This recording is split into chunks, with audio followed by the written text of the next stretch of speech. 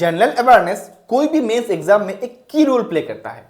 यह एक ऐसा सेक्शन है जो आपको नौकरी दिला भी सकता है और आपसे नौकरी छीन भी सकता है। और मैं ये चीज बहुत ही ज्यादा एश्योरिटी के साथ कह सकता हूं कि जिन भी बच्चों को लग रहा है ना कि मेरा एसबीआई का प्रीलिम्स क्लियर होने का चांसेस है, उनमें मैक्सिमम बच्चे अभी तक मेंस का तैयारी ही स्टार्ट नहीं किया।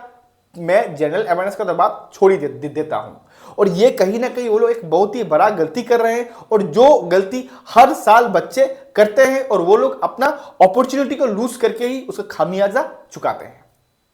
और मैं ये नहीं चाहता हूं कि आप भी इस बार वो सेम गलती करें। इसके लिए हम लोग क्या करेंगे कि ये जो गोल्डन अपॉर्चुनिटी हो, इसको किस तरीके से यूटिलाइज करना है, और इसमें हम लोग का की रोल जो प्ले करेगा जनरल अवेयरनेस, उसको किस तरीके से एक रामबाण के तरीके से यूज कर सकते हैं, इसका बारे में हम लोग डिटेल्स डिस्कस करेंगे। तो वीडियो का एंड तक जरूर बने रहिएगा। अगर आपको वीडियो पसंद आए तो अपना फ्रेंड के साथ जरूर शेयर कीजिएगा। तो चलिए शुरू करते हैं। जैसे मैंने आप लोगों को ऑलरेडी बोला हूं कि आप लोग रिजल्ट का वेट मत कीजिए, बिकॉज एसबीआई क्लर्क का एक बहुत ही बड़ा डिसएडवांटेज क्या है कि एसबीआई क्लर्क में प्री के रिजल्ट के बाद मेंस के लिए ज्यादा टाइम नहीं मिलता। तो जो भी बच्चे ये सोच के बैठे हुए ना कि मेरा क्लियर होगा या नहीं होगा, मैं मेंस के प्री के रिजल्ट के बाद ही अपना मेंस का तैयारी शुरू करूंगा, वो बच्चा बहुत ही बड़ा गलती कर रहा है, बहुत ही बड़ा ब्लंडर कर रहा है।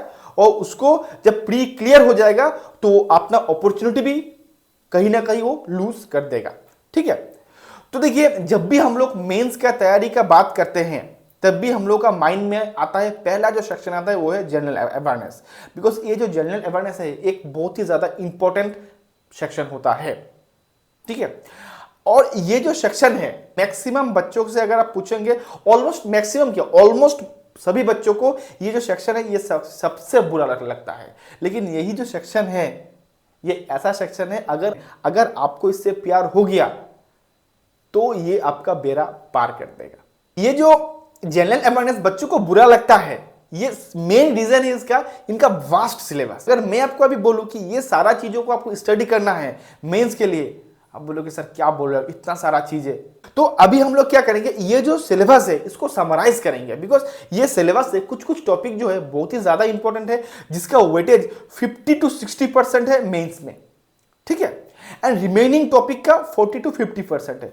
तो वो सारा चीजों को मद्देनजर रखते हुए कौन सा टॉपिक को आपको ज्यादा स्टडी करना है, कौन सा टॉपिक को आपको थोड़ा सा कमती करने से भी हो जाएगा, एंड कौन सा टॉपिक को थोड़ा सा आप इग्नोर भी कर सकते हो, सारा चीजों के बारे में हम लोग बात करेंगे। ठीक है, ये क्या है, ये एक ऐसा चीजें है जो आपको इस सेक्शन को प्रिपेयर करने में बहुत ही ज्यादा मदद करेगा, जो है लास्ट 2 साल का वेटेज, क्वेश्चन का वेटेज, कौन सा टॉपिक से कितना क्वेश्चन पूछा गया था। देखिए, banking news and economics affairs से almost 20 and 15 nearby 14 question पूछा गया था। मींस अच्छा खासा क्वेश्चन पूछा गया था। ठीक है, समिट एंड कॉन्फ्रेंस से बात करो, ये 3 और 2 अवार्ड पोर्टल, ठीक है, स्पोर्ट्स साइंस इंटरनेशनल, ये जो टॉपिक है इसमें से उतना ज्यादा क्वेश्चन नहीं, एक 2 क्वेश्चन पूछते हैं। लेकिन ये जो स्कीम है ये बहुत ही ज्यादा इंपॉर्टेंट टॉपिक होता है, जिससे 4 से 5 क्वेश्चन हर एग्जाम में पूछता ही है। इसके साथ साथ नेशनल न्यूज भी one of the most important है after banking awareness and economic awareness. ठीक है, अभी देखिए यहां पे अगर हम थोड़ा सा ध्यान दीजिएगा, 4 से 5 टॉपिक ऐसा है जहां से 50 to 60% क्वेश्चंस आ रहा है, वेटेज जिसका 50 to 60% है, और रिमेनिंग का अगर आप देखेंगे तो आपको 40 to 50% दिखेगा, है कि नहीं। तो क्यों ना हम लोग थोड़ा स्मार्टली स्टडी करें, जहां जिसका वेटेज ज्यादा है उसको ज्यादा थोड़ा टाइम दे, उसमें ज्यादा क्वेश्चन लाने का, ज्यादा क्वेश्चन अटेम्प्ट करके ज्यादा मार्क्स लाने का कोशिश करें, और जिनमें वेटेज थोड़ा सा कमती है उसमें उस टॉपिक को पकड़े जहां से हमें मैक्सिमम क्वेश्चंस इजीली लर्न हो जाए, है कि नहीं है। तो वही चीजों को अभी हम लोग स्टडी करेंगे। लेकिन उससे पहले आप लोगों को कुछ बताना चाहता हूं। देखिए, आप लोगों में से अभी 2 टाइप के बच्चे होंगे। पहला टाइप के बच्चे जो अभी तक अपना जनरल अवेयरनेस का प्रिपरेशन स्टडी नहीं किए हैं, ठीक है। तो दूसरा बच्चा जो नोटिफिकेशन के साथ ही साथ अपना प्रिपरेशन या प्रीलिम्स का प्रिपरेशन के साथ ही साथ अपना जीए का प्रिपरेशन स्टार्ट कर दिया था, उन बच्चों को मैं कहना चाहूंगा कि आप लोग एकदम सही ट्रैक पर चल रहे हो, और कहीं ना कहीं आप लोग बाकी लोगों से बहुत ज्यादा आगे हो। और इसका एडवांटेज आपको मेंस जब आप दोगे, मेंस जब आप अपियर करोगे, उसमें पता चलेगा, है कि नहीं है। तो मैं उन बच्चों का सिंपली जो चल रहा है आपको वो चलने दीजिए, वो आप कीजिए। उसके साथ साथ मैं यही सजेस्ट करूंगा कि आप लोग क्विज दे दीजिए, क्विज डेली बेसिस पे क्विज दीजिए। उसके बाद 15 डेज का भी एक क्विज आता है, मल्टीपल वेबसाइट से, वहां से आपको मिल जाएगा।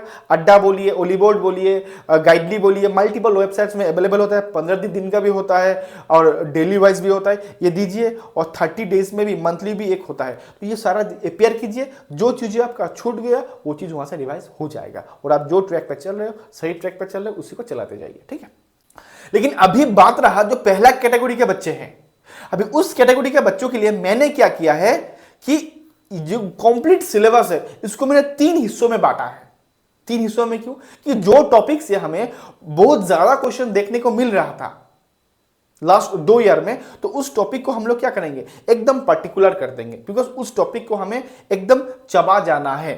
चबा जाना है मतलब उसको पानी के साथ मिला के पी जाना है, ठीक है। उसके बाद जो जहां से हमें 4 क्वेश्चन, 5 क्वेश्चन, 3 क्वेश्चन देखने को मिलता है, वो पार्ट को हम लोग ने सेकंड में रखा है। और जहां से 1 क्वेश्चन या कभी कभी पूछते ही नहीं पूछते, वो सारा टॉपिक को एक साथ रखा है। अभी आप लोग बोलोगे सर इतना तो टॉपिक्स देख लिया है, अभी इसको कैसे स्टडी करना है उसका भी कुछ तरीका बता दीजिए, और कितना महीना का लेकर चलना है वो भी थोड़ा बता दीजिए, है कि नहीं। तो चलिए उसके बारे में भी बात करते हैं। जो बच्चे ऑलरेडी प्रिपरेशन में है, 2 नंबर कैटेगरी के बच्चे, उन बच्चों को मैं सजेस्ट करूंगा कि आप जो मैंने लिखा था डीपली स्टडी, इस पार्ट को एटलीस्ट 5 to 6 मंथ अगर आप ले सकते हो, मेरे हिसाब से बहुत ही बढ़िया है। क्योंकि यहां से आपको हर साल अच्छा खासा क्वेश्चन देखने को मिलता है। इस साल भी आपको यहां से अच्छा खासा क्वेश्चन देखने को मिलने का हाई चांसेस है। और अगर आप इसको थोड़ा डीपली स्टडी करते हो, थोड़ा सा अच्छा खासा टाइम इस पर स्पेंड करते हो, तो यहाँ पे आप मैक्सिमम क्वेश्चंस आप अटेंड कर सकते हो, जिसमें आप दूसरों से बहुत ज्यादा लीड ले लोगे, ठीक है। और रहा दूसरा टॉपिक, ये तो था पहला वाला। दूसरा टॉपिक अगर बात करूं जो मॉडरेट था, उस पर मैं बोलूंगा अगर आप एटलीस्ट 3 से 4 महीने का भी आप लेके चल सकते हो, तो वो आपके लिए फैंटास्टिक होगा, ठीक है। एंड जो तीसरा पार्ट था इजी, उस टॉपिक के लिए मैं बोलूंगा कि आप एटलीस्ट 2 से 3 महीने का लेने का कोशिश कीजिए। 3 महीने का ट्राई कीजिए, अगर नहीं होता तो 2 महीने का ले लीजिए, ठीक है। आपका ये हो जाएगा। लेकिन डे वाइज क्विज जरूर मारिएगा। उसके साथ साथ मंथली एंड फोर्थनाइटली जो क्विजेस आता है ना, सेट, जरूर उसको अपेयर कीजिएगा। यही रहा मेरा सजेशन उन बच्चों के लिए जो बच्चों ने अभी तक ऑलरेडी प्रिपेयर स्टार्ट कर दिया है। आप लोग 30 डेज है बोल के आप लोग मान लीजिए आज से लेके, ठीक है। अभी इस 30 डेज में आपको क्या करना है, जीए को एक बेस्ट वे से स्टडी करना है। तो जो मैंने जो फर्स्ट पार्ट बोला, उस फर्स्ट पार्ट को एटलीस्ट 3 से 4 मंथ का अच्छे तरीके से स्टडी करना है। 3 से 4 मंथ का। अभी आप लोग बोलोगे सर कहां से करें? देखिए मल्टीपल वेबसाइट से आप ओलीवुड से कर सकते हैं, अड्डा से कर सकते हैं, ठीक है, गाइडली से कर सकते हैं। उसके साथ साथ आप स्टडी IQ का भी देख सकते हैं। ये मल्टीपल वेबसाइट से। अभी देखिए ये जो चीज़ें होता है ना, ये क्या होता है कि बच्चे पे बच्चे वेरी करता है। मुझे एक वेबसाइट ज़्यादा पसंद है, कोई बच्चों को दूसरा वेबसाइट पसंद है। तो ये डिपेंड करता है बच्चे टू बच्चे, ठीक है। अभी इसका क्या है कि आप मंथ वाइज लीजिए, ठीक है, जो भी लीजिएगा मंथ वाइज लीजिए। और जहां जो भी वेबसाइट का PDF लीजिएगा, उसमें एक चीज जरूर फॉलो कीजिएगा कि चीजें थोड़ा डीपली हो, चीजें थोड़ा डीपली हो। अगर डीपली नहीं होगा तो वो करके फायदा नहीं होगा, ठीक है। आपको थोड़ा सा डीपली स्टडी करना है फर्स्ट। सेकेंड थिंग क्या कीजिएगा कि जिस दिन आप जो भी मंथ का स्टडी कर रहे हो, उस दिन उसी मंथ का क्विज भी अपियर किया कीजिए। मान लीजिए कि आज आपने जान का स्टडी शुरू किया है, ठीक है, तो आज आपने जनवरी मंथ का स्टडी किया, कल भी आप करोगे, तो दोनों दिन आपको क्या करना है, मंथ वाइज क्विज दीजिए। कोई भी वेबसाइट, अड्डा का ले लीजिए, ओलीवुड का ले लीजिए, जिसको भी आपको अच्छा लगे वो आप ले लीजिए, ठीक है।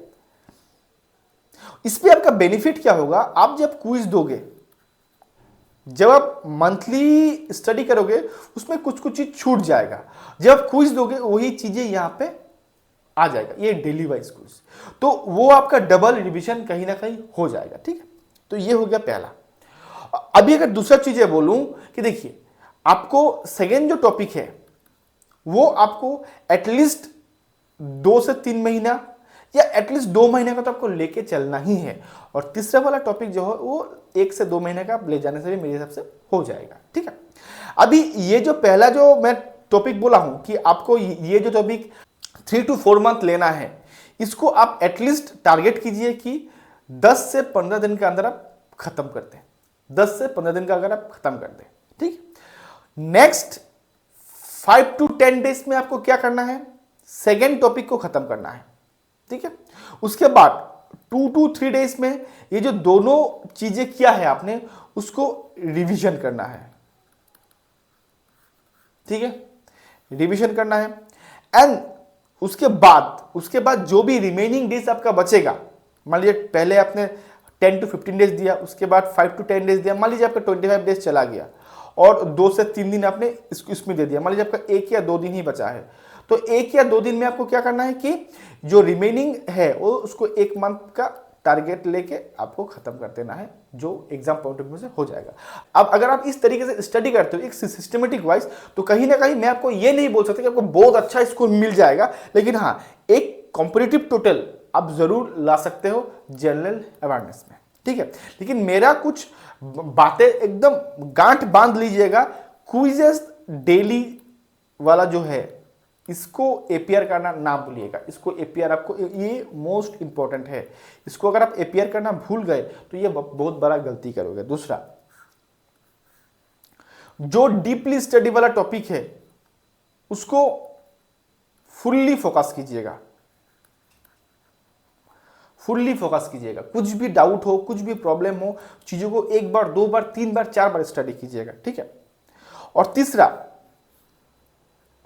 जो भी न्यूली क्वेश्चंस मिल रहा है उसको रिवीजन जरूर कीजिएगा, ठीक है। क्योंकि आप जब मंथली वाइज स्टडी करोगे एंड आप जब क्विज दोगे, दोनों में थोड़ा डिफरेंसेस आपको मिलेगा। दोनों में जो डिफरेंसेस मिलेगा मींस आपको डिफरेंट क्वेश्चंस मिलेंगे।